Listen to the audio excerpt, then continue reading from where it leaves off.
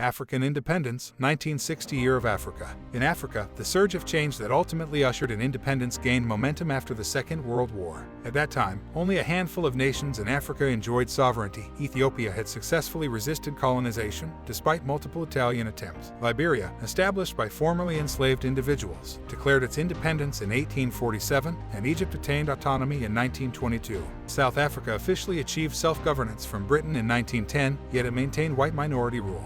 Following the war, the African populace yearned for transformation, and buoyed by the example of Indian self-rule, there was an optimistic sentiment about forging a new society free from European dominance. The Fifth Pan-African Congress, convened in Manchester in 1945, marked a significant milestone in the quest for African autonomy. Several future leaders in the fight for African independence participated in this event, including Hastings Banda, who would later become president of Malawi, Kwame Nkrumah, who would serve as president of Ghana, Obafemi Awolowo, who would become premier of the Southwest region in Nigeria, and Jomo Kenyatta, who would later become president of Kenya. In the subsequent 15 years, the majority of African nations reclaimed their sovereignty, reaching a pinnacle of 17 countries gaining independence in 1960. This year is often heralded as the Year of Africa, as 17 nations on the continent achieved self-rule.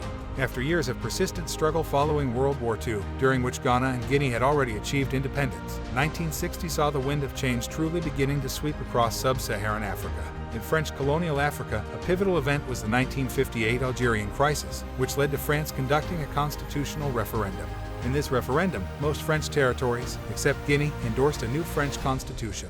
This constitution laid the groundwork for independence, which was conferred to most French territories in 1960. Britain, keen to avoid a colonial war like the one unfolding in Algeria, began expediting the process of decolonization. Somalia and Nigeria gained independence in 1960, while the Belgian Congo achieved sovereignty on the 30th of June 1960.